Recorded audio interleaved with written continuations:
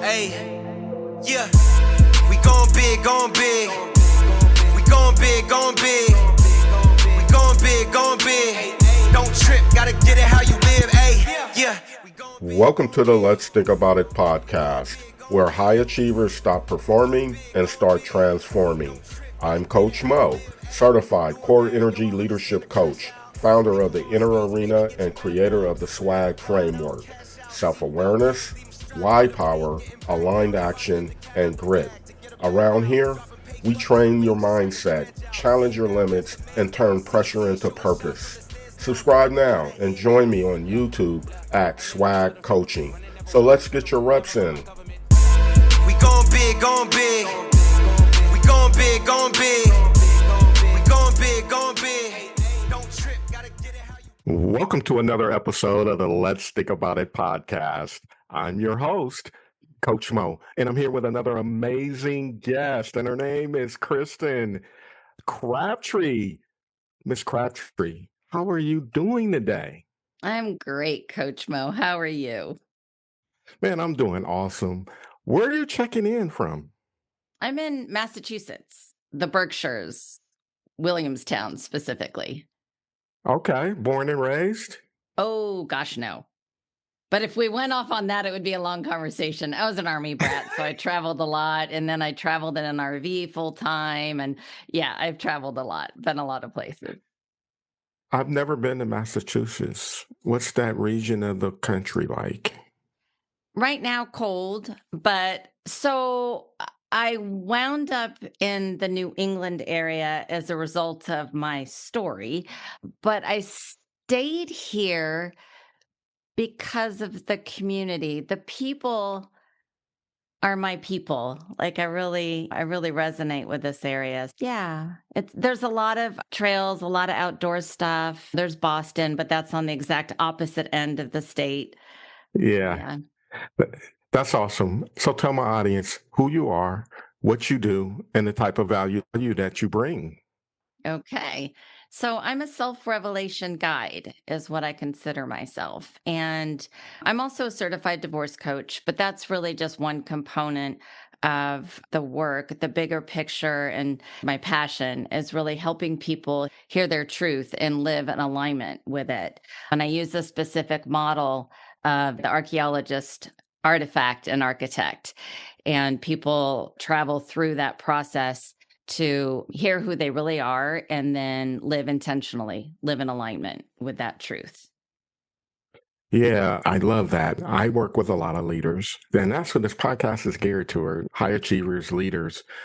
And one thing that's missing, in my opinion, in leadership development is self-regulation, leading self, and ultimately teaching people how to be strategic in leading self too. So how did you get into that pivot from being a divorce coach to self-revelation? Revelation. Coaching Yeah. So work. actually, they came in the opposite order, but they came about from my own transformation journey. I don't specifically work with business leaders, but the work I do will really resonate with your audience of business leaders. I'll touch on my story in a second, but I don't want to lose this thought. The reason is that leaders, whether it's business, politics, whatever, they are incredibly skilled at achieving, but they're not always achieving what's in alignment with who they are. They've gotten so good at setting a goal and hitting it and setting a goal and hitting it. A lot of those goals aren't really their goals. They're not really them.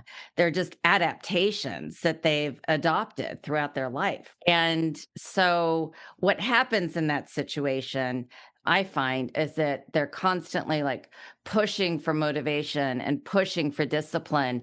And when you really live in alignment with who you are, you don't need motivation or discipline.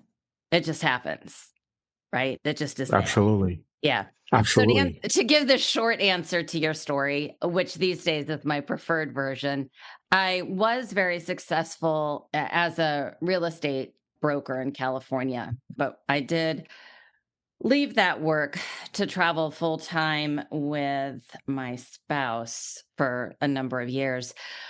What I didn't realize during this whole 22-year adventure, so to speak, with my ex is that I was being psychologically abused. I was being controlled, manipulated, blamed, gaslit, all those things. I didn't even know what those words meant. I was married to a woman. She used my childhood trauma against me to control me and manipulate me. So, one of the messages that I like to share with people of any category, certainly leaders, but anybody, is that a lot of times when we know things aren't right, and there's some big signals that tell us things aren't right, but when we know things aren't right, we're waiting for clarity and we're waiting for a plan. And if you wait Mhm. for those things, you're never going to make the change. It's not going to happen. So when I left my marriage, I left in a place of fear, confusion. I knew nothing about myself anymore, nothing at all. Like from the very basic things, like what do I want my home furnishings to look like? Because everything had been decided for me. From leaving and being in that place of who am I? Who am I really? That was my starting point for the self-revelation work that is now something I guide other people through. The divorce coaching Yeah. actually came after the fact Okay. because the self-revelation guide, that's my passion project, okay? I wrote a book, there's a whole story about how that came to be. I just published the journal that goes with it. I have t-shirts that doesn't sound like it goes with it, but it actually does. I have an app that's going to be out in a couple of weeks. All of that is I didn't build it from a place of logic. I built it from a place of hearing my truth and what I'm supposed to do in this world. It may never make me any money. It's cost me a lot of money. That's okay. But the divorce coaching is the avenue that I use to support myself financially. We've developed this habit to be on autopilot, right? Yeah. And what I mean by that is we develop certain patterns through our natural consciousness from our environment. And when we desire change, there's something inside us that's signaling, hey, let's make a change. This doesn't feel right. But because we're in autopilot, that signal, we are unaware of what that signal truly means. So we stay in the pattern. Keep repeating Absolutely. the pattern. We keep repeating the pattern. And then we carry this shame and guilt on ourselves because we haven't changed and we're not changing, but the signals are there and we don't know how to trust the signals to make the change. And Oh like you my God, said, yes. you're waiting for this, you know, this epiphany to show up to say, okay, it's time for the change. Let me take your hand and walk you over here. But that realistically never happens. And we have to learn internally to how to listen to those signals and take action from that. Is that what you were saying when you brought that Oh, up? yeah, very much. In fact, usually it takes us getting hit in the head with a 2x4 by that voice, by that truth, before we actually will take the leap. The bear that's chasing us has to be more scary than the abyss that's in front of us. So we're Yes. standing looking at this abyss and we've been running from this beast. And we're like, Yes. okay, do I turn around and face the beast one more time out of 50 gazillion times, or do I just take the leap and get away from the beast once and for all? And that's when people change. I agree with you 100%. I also think this too. It's easier to accept the pain of today than to explore the fear of tomorrow. Yep. The unknown is so And scary. the unknown of tomorrow can be scary as hell for a lot of people. And they don't know what the outcome is going to be. And they would just rather settle Yep. with the cycle or the pain that they're dealing with currently. Yep. I think one of the things that I approach this conversation to help people become more strategic for self-revelation is swag. Self-awareness, why power, aligned action, and grit. To even begin the momentum of self-revelation, you got to have self-awareness. You got to know those thoughts. And then more importantly, what's your purpose? What's your values? And what necessarily actions do you need to take to move forward for self-revelation and not giving up on yourself, trusting your process that you can do this. See, that's swag. That's Yep. swag. And Yep. it's simple. It's simple that we can use a term like that to say, you know what? My swag is off. I need to get my swag back. Right? It aligns with your approach. And so, can you take us through what your approach is to helping someone develop self revelation? Yeah. So you're totally right that it starts with self awareness, which starts with quieting monkey mind, right? The process that I walk people through, I call it an excavation. So it goes along the lines of the concept of the archaeologist. So the archaeologist chapters in the book, and part of the process is really learning to understand the current science, philosophy, metaphysics, theory out there on the different aspects that I look at. I look at the mental body, emotional body, physical body, and energy body. And so within each of those in the book, not necessarily in the one-on-one work, but in the book, they're presented with a lot of different current understandings that they can then pick and choose what resonates with them. But the point of that is that as they're doing their excavation, which is the next chapter in each of the sections, and the excavation is made up of each body has 100 or more questions and 20 to 40 exercises that people don't have to do all of them. But the idea is, again, to pick and choose what resonates.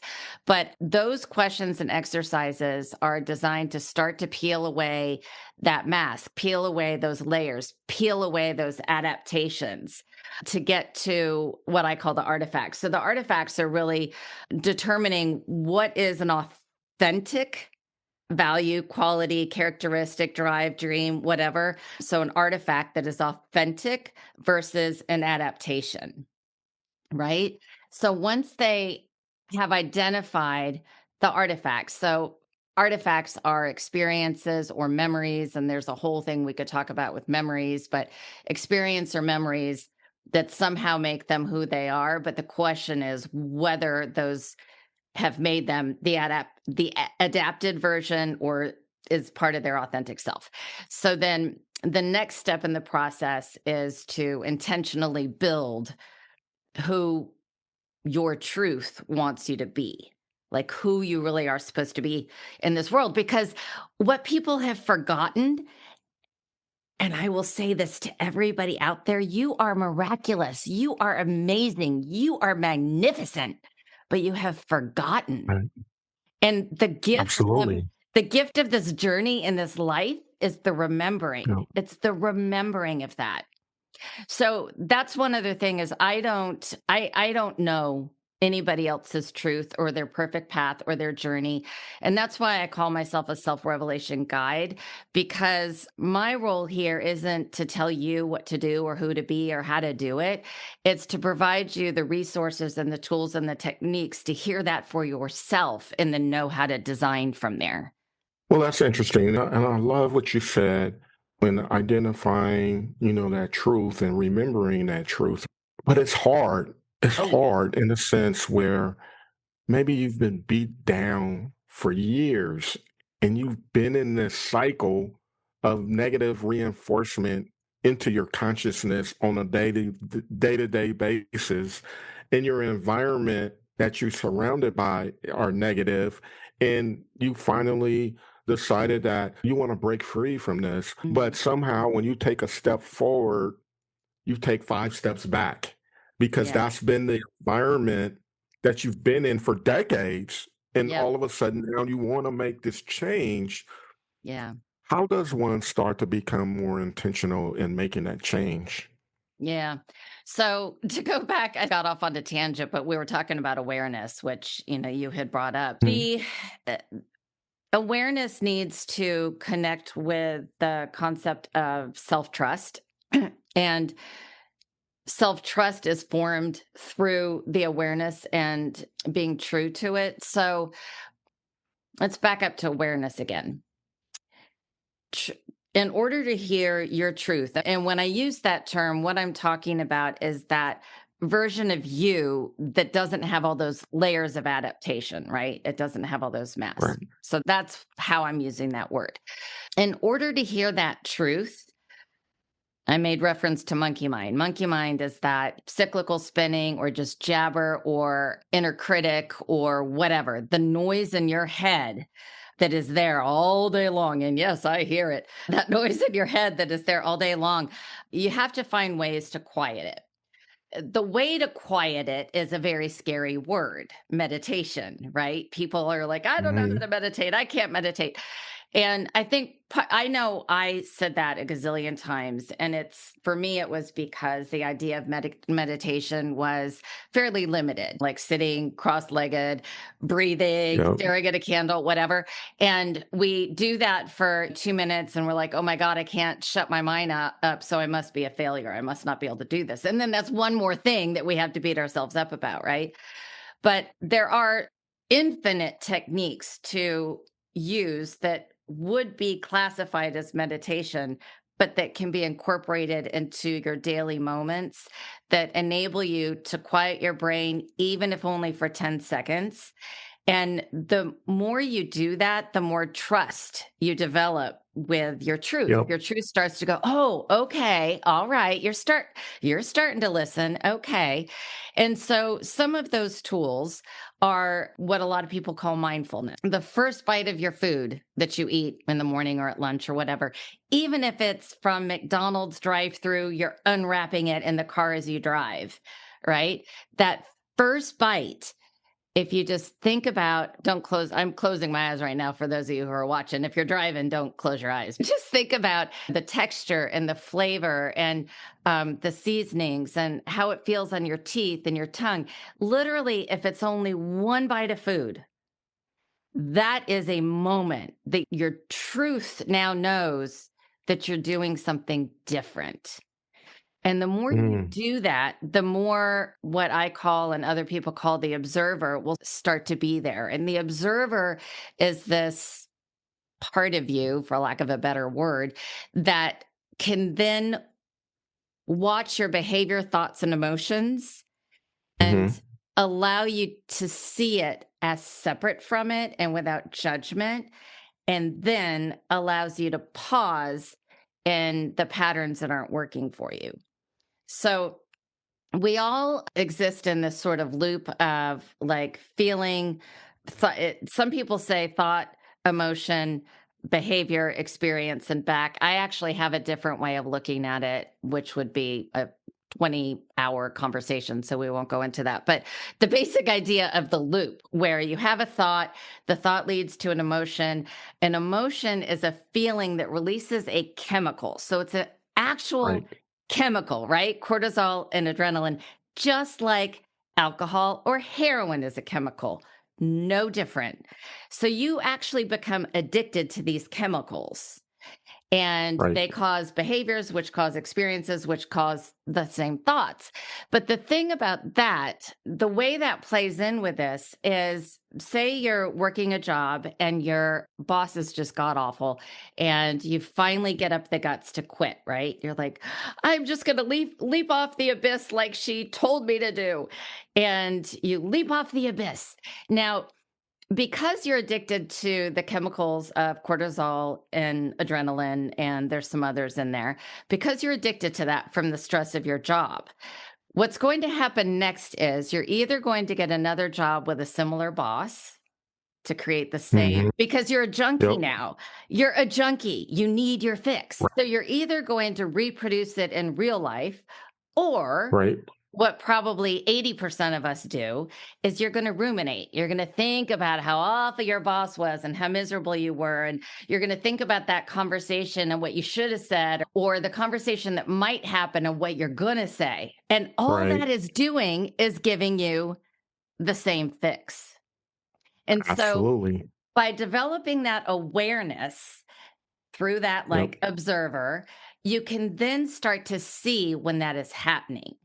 And you can say, oh, okay, so now I'm being a junkie. That doesn't necessarily mean you can stop. I wouldn't even say junkie. It's just an awareness of the pattern in the cycle that you're in. I use that teasingly, but yeah. You know what I mean? I remember I was working with this one particular client, and they had said they left a toxic environment. And then they came, and then I said, tell me more about that. And they said, just a really bad experience, just to make the story a little bit shorter. So then in their current role, they start experiencing difficulty with their current supervisor. And I was like, let's take a step back. Tell me the job before the toxic company that you worked at. Why did you leave that place to go to the place where it was toxic? Tell me the scenario there. And she said, I had difficulty with the manager at that place too. And I said, oh, okay, let's take a step back. I said, do you notice a pattern? She said, no, I don't know what you're talking about. She didn't own it. I was like, you said you left the first organization because you was having difficulty with the supervisor. And then the next place, you said it was toxic. And now you're in this current role, and certain toxic behavior is starting to surface up. I said, what's the pattern there? What's the pattern?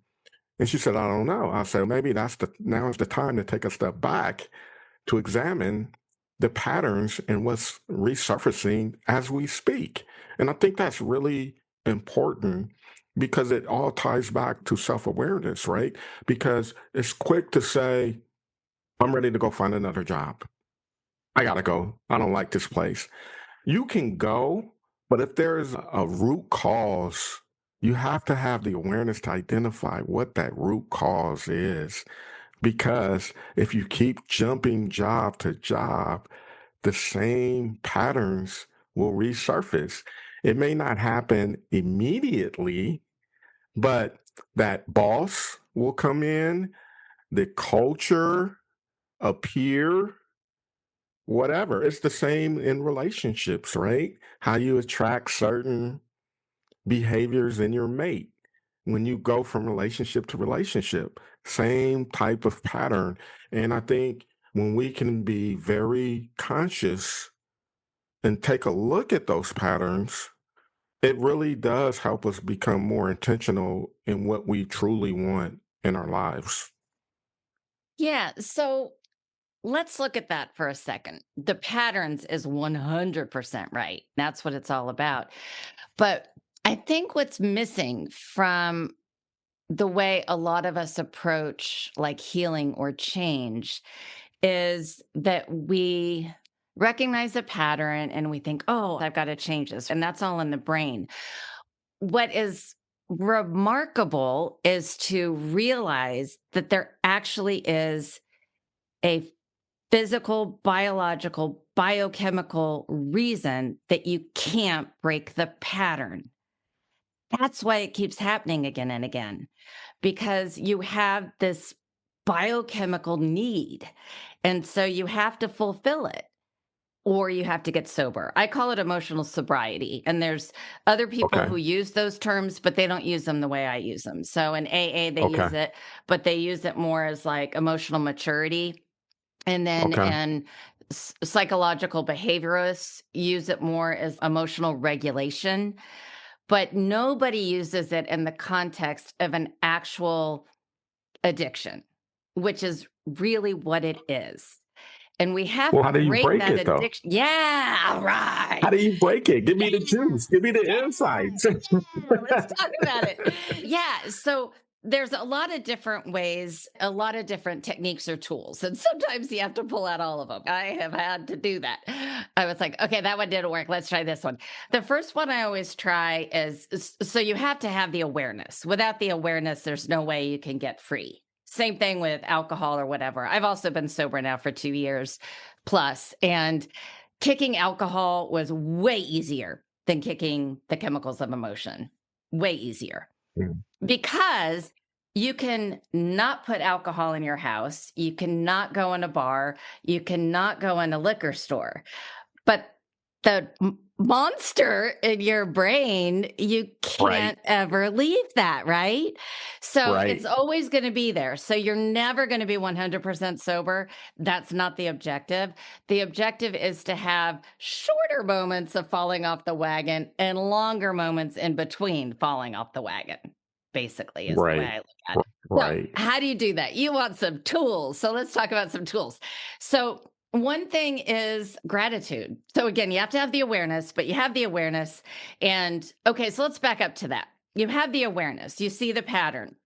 You're talking to your boss, always irritates you, and then you get in a fight, or you don't get in a fight because it's your boss, and then you go away and you're like grumbling and irritated, right? So you, in the beginning, as you start to quiet monkey mind in those 10 seconds of eating mindfully your food, whatever it is. So you have enough of those that there's breaks in that chatter so that now when something like that is happening, you can see it and go, oh, this is what's happening. Now, the first time, you'll probably still do whatever you were going to do before. That's just the way it goes. And you might even do that the second time and the third time. But eventually, you'll be able to pause for a second. So that pause may only last long enough for you to like take in a breath and think about what else you could do, but still relapse, right? And that's okay. Like this is all part of the process of getting sober. But eventually, you're able to become aware, pause, and intentionally behave differently. Yes. That is where the juice happens. So awareness, pause, different behavior.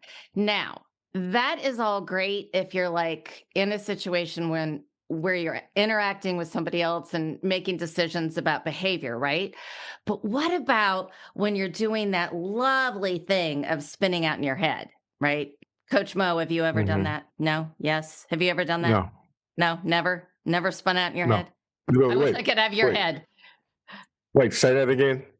Reframe your question. Reframe your question. Like when you think about something that either happened that you didn't like and you go over it and over it and over it and over it. Oh, yes. I was going to say, if you haven't done that, I want to be in your brain so bad.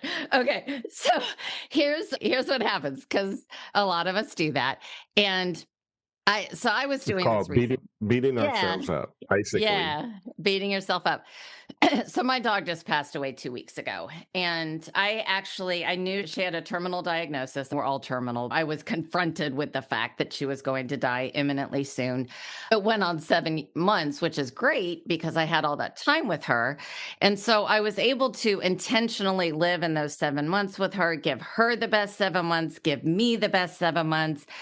She died in the most peaceful way possible in the home. I'm saying all this because when she passed, there was no like guilt or regret.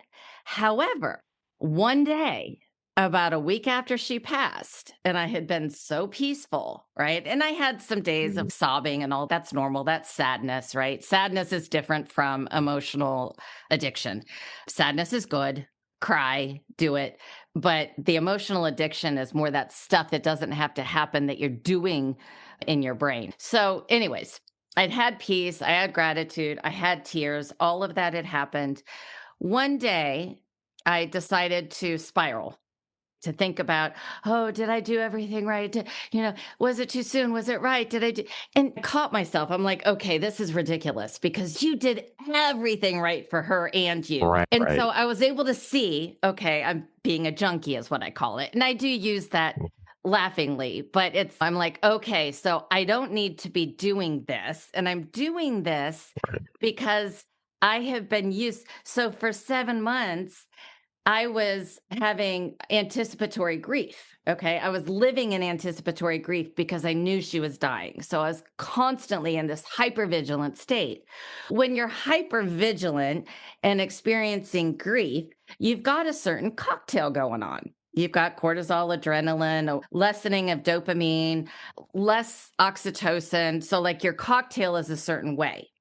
So I was going through withdrawals, and that's why I started spinning in this silly loop. So this is the time I had to take out like 7 different tools. The first thing I always go to is gratitude. And for her, I am so grateful that she brought me the community I have, because I moved to somewhere I knew nobody to escape my marriage, and I knew nobody. Community is super important to me. It's one of my core values. Everybody in my life right now is either in my life because of her, or I have a deep relationship with because of her.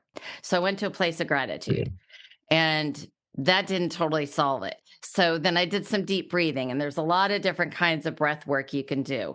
There's box breathing, there's the vagal nerve breathing. So there's a lot. So I tried that. That didn't work either. So then I was like, okay, I know looking up as opposed to looking down has some psychological effect. Okay, so that's helping a little. Okay, smiling releases chemicals, right? So I smile. So sometimes you have to pull out a whole lot of these. And again, it depends on the situation. If it's just stuff in your head, or if it's an interaction with another person, there's going to be different techniques depending on where it is that you're trying to break that. Anyways, I'm talking a lot. No, it's all good. I love that. And especially when you were talking about spiraling, I correlate that a lot with my clients and what they're dealing with as being high achievers, right? They get into the spiral mode where they're thinking that they're not good enough. And so that's why they got to keep going. They got to keep pressing harder. Got to keep pressing harder, because part of their mind is telling them, and that punk ass inner critic shows up telling you that you're not good enough. You got to keep pressing through. And then that's the spiral. And they start reflecting on that. I'm not good enough. And what are people thinking about me? I got to keep pressing. I got to keep pressing, because if I fail, this is all going to fall apart. So they carry that fear of failure, the fear of what people will think of them if they know that they're underperforming in their mind. And so they just work harder. And then that's where that burnout really starts to creep in, and they're not their true version of self. So that's how I mirror to what you were saying about the spiraling. But with that being said, you provided us a lot of great nuggets today. And my last question that I want to ask is, how can my audience find you? Excellent. Thank you. If you enjoyed this conversation and just want to chat, go to you2.0.com. That's YOU, the number 2, the word point, the number 0.com. And you can literally get on my calendar for just a free half-hour chat, because again, this is my mission. This is my passion project. So that's what I do. If you want to see my bigger self-revelation system, so my book, my journal, blah, blah, blah, all that stuff, that's at ParamoreParadox.com. And Coach Mo, I'm sure that you'll include that in the notes. But Paramore, which is Paramour, paradox.com, has the whole kit and caboodle of what I've created. Thank you so much. I really do appreciate you stopping in, sharing your wisdom, your nuggets. I really enjoyed this conversation today. Thank you. Thank you, Coach. That's another rep in the inner arena. You didn't just listen, you leveled up your swag, self-awareness, why power, aligned action, and grit. If this hit home, share it. Subscribe to the Let's Think About It podcast, and lock in with me on YouTube at Swag Coaching. Until next time, stay aware, lead with your why, act in alignment, and keep your grit strong. We going big, going big.